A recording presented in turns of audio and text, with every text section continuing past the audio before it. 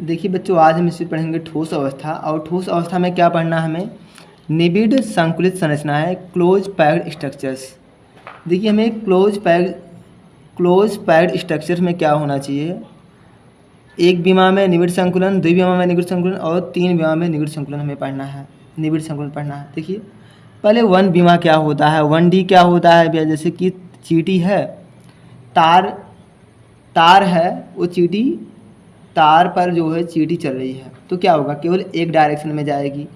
और यही मान लेते हैं, अब फिर क्या है, ये चीटी जो है अब ये बोर्ड पर चल रही है इधर, तो क्या होगा? ये 2D हो जाएगा बोर्ड पर। मान लेते हैं अब कोई चिड़िया है ये, अब क्या होगा? ये इधर, ये देखिए इधर भी चल सकती है, इधर भी चल सकती है और उड़ भी सकती है, यानी ये क्या हो गया? 3D हो गया। तो 1D 2D और 3D का मतलब शायद क्लियर हो गया होगा। अब देखिए हम क्या करते हैं, निबिड़ संकुलित संरचना में हम क्या करते हैं, प्राप्त करने के लिए हम क्या मानते हैं? परमाणु या आयन को हम क्या करते हैं? एक गोला मान लेते हैं और क्या करते हैं, इनको आपस में बहुत ही नज़दीक जो है क्या करते हैं, इन्हें आपस में बहुत नज़दीक रख के जो है हम संकुलित करते हैं। तो इसकी पहली विधि क्या है? एक विमा में निबिड़ संकुलन। इसकी क्या होती है? एक विधि होती है, मतलब हम क्या करते हैं, इनको एक पंक्ति में क्या करते हैं, हम सजा सकते हैं इस प्रकार से। तो यहाँ पर होता क्या है, देखिए एक जो गोला होता है या एक परमाणु जो होता है, कितने गोलों के कांटेक्ट में होता है? ये 2 गोलों के कांटेक्ट में होता है। इस प्रकार से जो समन्वय संख्या आती है वो कितना आती है? 2 आती है। या समन्वय संख्या को और क्या कहते हैं? उपसह संयोजन संख्या कहते हैं, उपसह संयोजन संख्या। मतलब एक विमा में निबिड़ संकुलन में उपसह, इसमें समन्वय संख्या कितना आता है? ये 2 आता है। मतलब एक परमाणु जो है या एक गोला कितने गोलों के कांटेक्ट में होगा? 2 गोलों के कांटेक्ट में होगा। अच्छा, समन्वय संख्या क्या होती है? देखिए कोई गोला जो है या कोई परमाणु जो है जितने गोलों के संपर्क में होता है उसे हम क्या कहते हैं? उसकी समन्वय संख्या कहते हैं या उपसह संयोजन संख्या कहते हैं।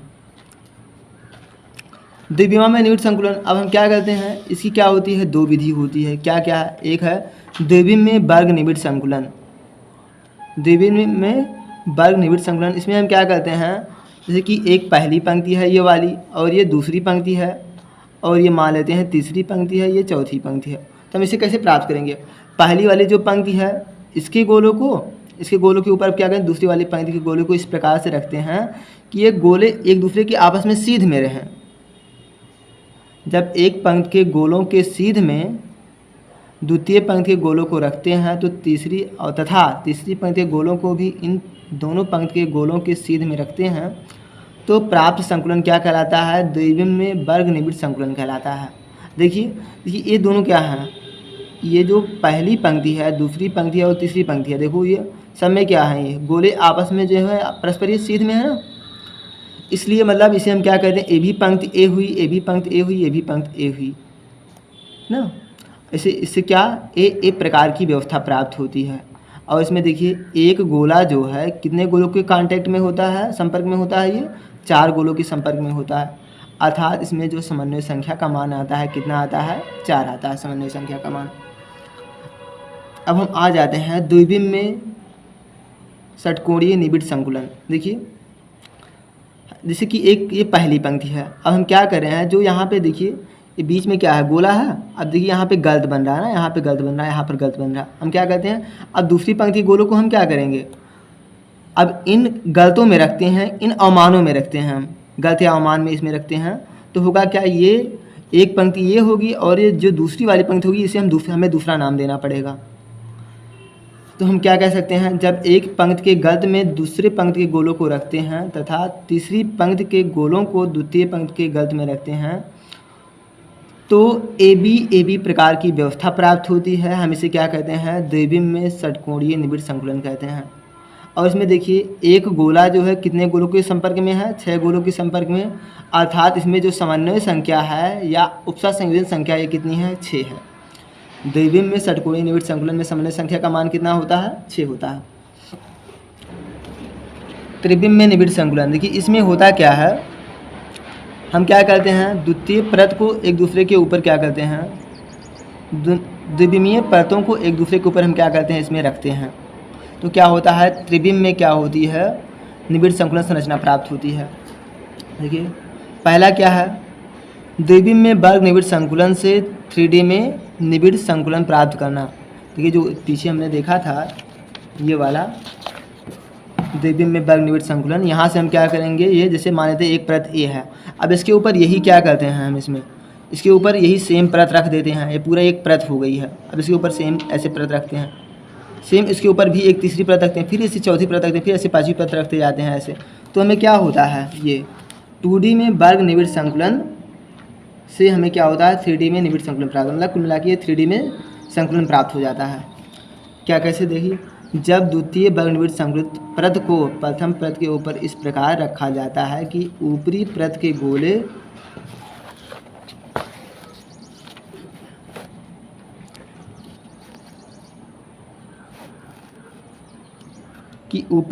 गोले क्या हैं, प्रथम परत के गोलों के ठीक ऊपर रहे, इसमें दोनों परत के गोले क्या कहते हैं, क्षैतिज तथा ऊर्ध्वाधर रूप से क्या होते हैं, एक दूसरे के सीध में होते हैं।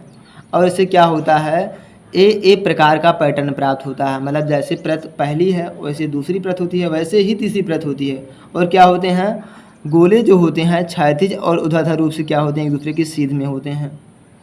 और इससे कैसी संरचना प्राप्त होती है, सामान्य घनीय जालक प्राप्त होता है। और ये कौन सी इकाई प्राप्त होती, कौन सी यूनिट सेल प्राप्त होती है, आद्य घनीय यूनिट सेल प्राप्त होती है इसमें। फिर उसके बाद दूसरा है द्विविम षटकोणीय निबिड़ संकुलित परतों से त्रिविम निबिड़ संकुलन। मतलब हम क्या कर रहे हैं, अब दूसरी वाली व्यवस्था से, मतलब जो द्विविम में षटकोणीय निबिड़ संकुलित संरचना थी, वहाँ से हम क्या कर रहे हैं, उसे एक परत मान ले रहे हैं। अब उसके ऊपर हम क्या कर रहे हैं, त्रिविम निबिड़ संकुलित संरचना प्राप्त कर रहे हैं उससे। इसमें क्या करते हैं, पहले द्वितीय परत को प्रथम परत के ऊपर रखना। देखिए अब यहाँ से एक बात आती है कि एक होती है त्रिकोणीय रिक्ति, क्या होती है, ऐसे कि एक परत है ये, यहाँ पर देखिए यहाँ पर तीन गोले हैं ना, ये देखिए इनके बीच में जो रिक्ति होगी उसे हम क्या कहेंगे, त्रिकोणीय रिक्ति कहेंगे। और ये क्या होती है, एक ही परत की क्या होती है, ये एक परत में ये क्या होती पाई जाती है, त्रिकोणीय रिक्ति ना।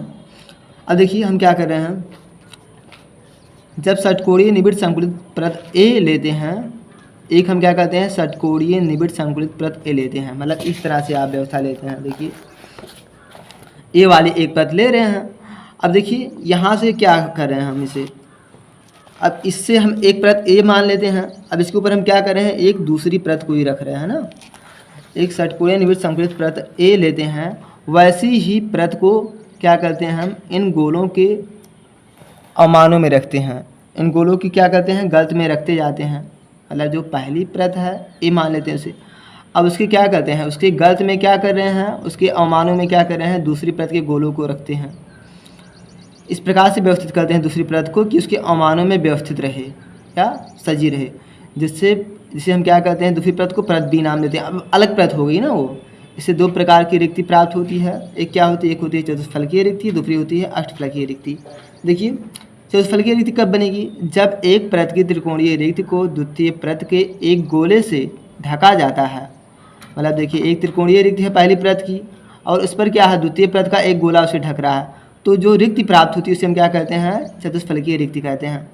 और यह क्या होती है, चार गोलों से घिरी होती है। ये चतुष्फलकीय रिक्ति कितने गोलों से घिरी होती है, चार गोलों से घिरी होती है। ऐसे इस प्रकार से देखिए ये पहली परत का है, ये तीनों जो दिख रहे हैं डार्क से, ये क्या है, ये पहली परत के हैं। ये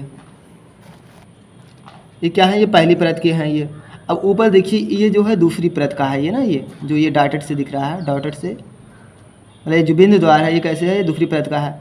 तो यहाँ से कैसी एक चतुष्फलकीय रिक्ति प्राप्त होती है, हमें इस तरह से संरचना बना सकते हैं।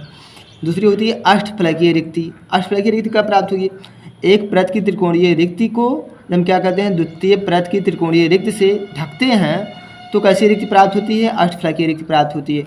और जो अष्टफलकीय रिक्ति होती है ये कैसे, 6 गोलों से ढकी होती है या घिरी होती है। तो ये मान लेते हैं ये पहली परत की ये रिक्ति है, त्रिकोणीय रिक्ति है, और ये द्वितीय परत की रिक्ति है। इनको आपस में क्या करें, एक दूसरे के ऊपर रख रहे हैं। देखिए इस प्रकार से अष्टफलकीय रिक्ति प्राप्त होगी। इनके बीच में जो जगह होगी उसे हम क्या कहेंगे, अष्टफलकीय रिक्ति कहेंगे इसमें।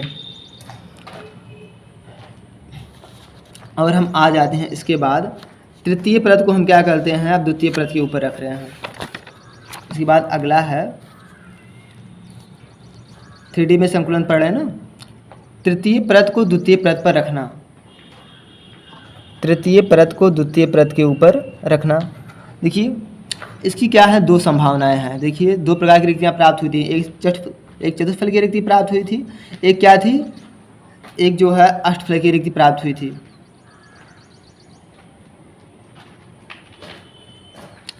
देखिए जब हम द्वितीय परत की चतुष्फलकीय रिक्तियों को तृतीय परत के गोलों द्वारा आच्छादित करते हैं तो तृतीय परत के गोले प्रथम परत के गोलों के साथ पूर्णतः संरेखित हो जाते हैं। देखिए इसका मतलब क्या है, देखिए जैसे कि एक प्रथम परत थी, उसके ऊपर हमने क्या रखी थी, एक द्वितीय परत रखी थी। तो हमें दो प्रकार की रिक्ति प्राप्त हुई थी ना, एक चतुष्फलकीय रिक्ति, एक अष्टफलकीय रिक्ति। अब हम क्या कर रहे हैं, चतुष्फलकीय रिक्ति पर हम क्या कर रहे हैं, एक तीसरी परत रख रहे हैं। जो द्वितीय परत की चतुष्फलकीय रिक्ति है उसमें हम क्या कर रहे हैं, एक तीसरी परत को रख रहे हैं। इसे कि मतलब जो अगला गोला हो क्या करे, इस तृतीय परत को मतलब इस चतुष्फलकीय रिक्ति को ढके। तो तृतीय परत के गोले प्रथम परत के गोले के क्या होते हैं, पूर्ण संरेखित हो जाते हैं। मतलब जो तीसरी परत है वो पहली परत जैसी दिखने लगती है, और दूसरी वाली कैसे, चौथी वाली परत जो है दूसरी परत जैसी दिखने लगी ना। इससे क्या होता है, हमें A B dot dot pattern प्राप्त होता है। हम इसे क्या नाम देते हैं, षटकोणीय निबिड़ संकुलित संरचना यानी SCP नाम देते हैं। वो किताब ले आओ अभी तो, और देखा है हमें। और इसमें जो होता है ऑक्युपाइड स्थान कितना होता है, कितना स्थान घिरा होता है इसमें SCP में, 74% स्थान क्या होता है, घिरा होता है। और कितना रिक्त स्थान होता है इसमें, 26% स्थान। और इसमें जो समन्वय संख्या का मान आता है षटकोणीय निबिड़ संकुलित संरचना में, ये 12 होती है। मतलब एक गोला जो है कितने गोलों के संपर्क में होता है, 12 गोलों के संपर्क में होता है। ये इसका एग्जाम्पल क्या होता है, मैग्नीशियम और जिंक होता है ना इसका एग्जाम्पल। इसके अलावा हम देख लेते हैं अष्टफलकीय रिक्तियों का आच्छादन। इससे पहले हम चित्र देख लेते हैं थोड़ा सा।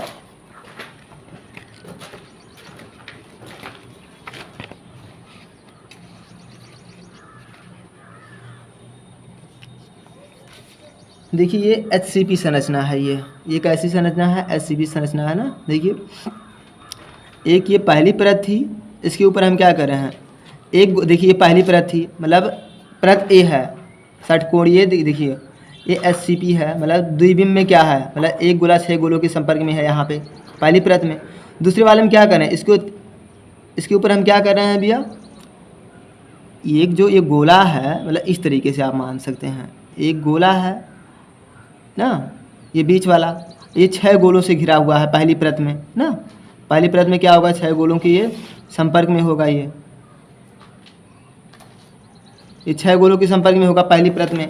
अब इसके ऊपर हम क्या कर रहे हैं, अब इसके ऊपर हम जो चतुष्फलकीय रिक्ति थी ना, हम क्या कर रहे हैं, इसे यहाँ पे जो रिक्ति प्राप्त हुई है, देखिए यहाँ पे हम द्वितीय परत में क्या कर रहे हैं, इस तरीके से रख रहे हैं। मतलब जो रिक्ति है ये देखिए, अब ये जो रिक्ति होगी क्या होगी, अब ये चतुष्फलकीय रिक्ति बन जाएगी। अब चतुष्फलकीय, ये द्वितीय परत की बात कर रहे हैं, यहाँ पे परत भी होगी। अब इसके ऊपर हम क्या कर रहे हैं, सेम ऐसी ही परत रख रहे हैं। मतलब इसे हम क्या है, इसके ऊपर एक गोला और रख रहे हैं। पहले एक परत A थी, इसके ऊपर हम क्या कर रहे हैं, 3 गोलों वाली एक परत रख रहे थे ना, इससे चतुष्फलकीय रिक्ति बनी। अब चतुष्फलकीय रिक्ति के ऊपर हम क्या कर रहे हैं, अब ऐसे ही सेम परत रख रहे हैं, मतलब ये 6 गोलों वाली सेम ऐसे इसी की तरह। तो इसे देखिए A B फिर A फिर B ऐसी संरचना प्राप्त होती है। इसे हम क्या नाम देते हैं, षटकोणीय संकुलित संरचना नाम देते हैं। तो ये चित्र है इसका, ये वाला। अब इसके बाद हम आ जाते हैं किसका, अष्टफलकीय रिक्तियों का आच्छादन। हम क्या करें, जब तीसरी परत दूसरी परत के ऊपर इस प्रकार रखते हैं कि उसके गोले अष्टफलकीय रिक्तियों को आच्छादित करें, तो इस प्रकार देखिए जो तीसरी परत होती है ये क्या होती है, पहली और दूसरी परत से क्या होती है, अलग हो जाती है, भिन्न हो जाती है, या उनसे क्या होती है, संरेखित नहीं होती है। इस तीसरी परत को हम क्या नाम दे देते हैं, C नाम दे देते हैं। तो इससे कैसा पैटर्न प्राप्त होता है, ABC पैटर्न प्राप्त होता है। और इसे हम क्या नाम देते हैं, घनीय निबिड़ संकुलित संरचना CCP, या फिर फलक केंद्रित घनीय संरचना FCC नाम देते हैं। इसमें भी क्या होता है, जो स्थान घेरा गया होता है वो कितना होता है, 74%। रिक्त स्थान कितना होता है, 26% क्या है, रिक्त स्थान है। और समन्वय संख्या का मान कितना आता है, इसमें 12 होता है। अच्छा, इसका एग्जाम्पल क्या है, कहाँ पर और क्या होता है, सिल्वर में इस प्रकार की व्यवस्था पाई जाती है। देखिए हम इस पर और देख लेते हैं क्या है। देखिए अष्टफलकीय रिक्ति, देखिए पहले क्या हम कर रहे हैं, एक ये क्या है, नीचे क्या है, एक परत जो है, फिर से हम देखिए एक क्या मान ले रहे हैं, एक ये कैसे थी, पहले एक 6 गोलों वाली परत थी, एक षटकोणीय निबिड़ संकुल संरचना की ना द्विबिम में, एक ये परत थी ना पहले, सबसे पहले 6 गोलों। अब इससे क्या हमें अष्टफलकीय रिक्ति बनाना है ना, मतलब एक गोला कितने कांटेक्ट में है भैया, ये 6 गोलों के कांटेक्ट में आना चाहिए इसमें। अब होगा क्या, यहाँ पे मान लेते हैं इस तरीके से क्या कर रहे हैं हम, इसके ऊपर कोई संरचना रख रहे हैं, एक गोल, मतलब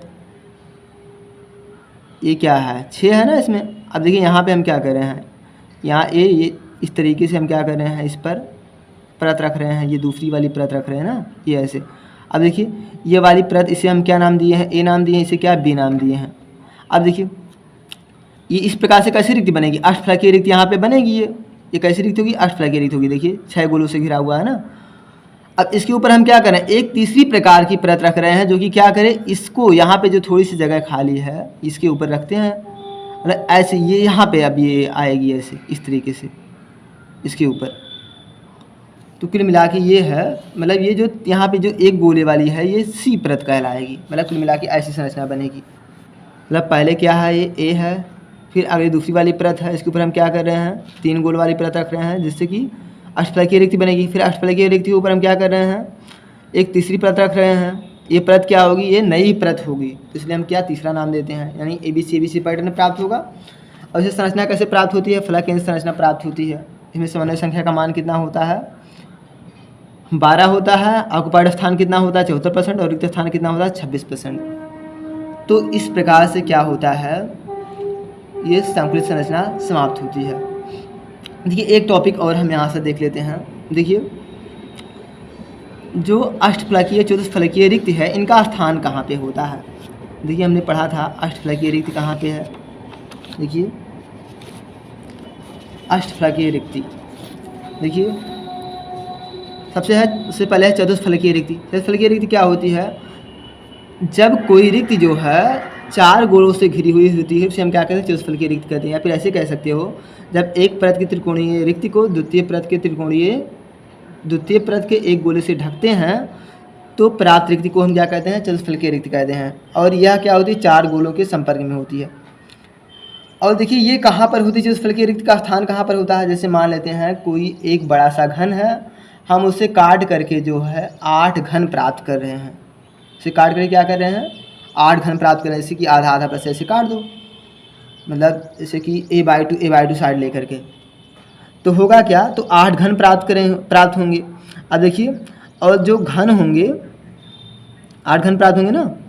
अब जो लघु घन का जो केंद्र होगा, जो छोटे छोटे घन के जो केंद्र होंगे, वहाँ पर क्या होंगी, ये चतुष्फलकीय रिक्तियाँ पाई जाएंगी। चतुष्फलकीय रिक्तियों का स्थान होगा लघु घन के केंद्र पर।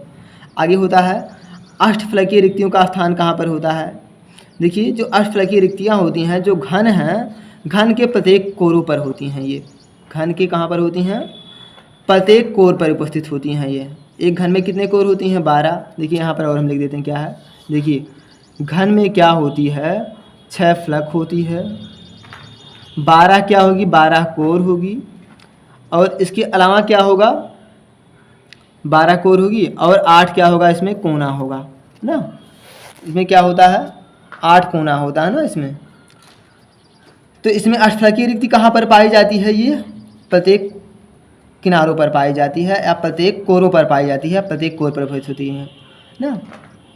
देखिए एक और बात है, देखिए यह निबिड़ संकुलित गोलों की संख्या n है, तो चतुष्फलकीय रिक्तियों की संख्या कितना होगी, 2n होगी, और अष्टफलकीय रिक्तियों की संख्या कितना होगी, n होगी। ये हमें याद रखना है।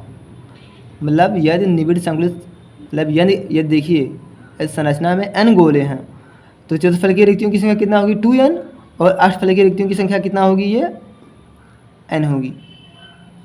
ऐसे इस तरीके से क्या होती है, ये पूरा हो जाती है निबिड़ संकुलित संरचना।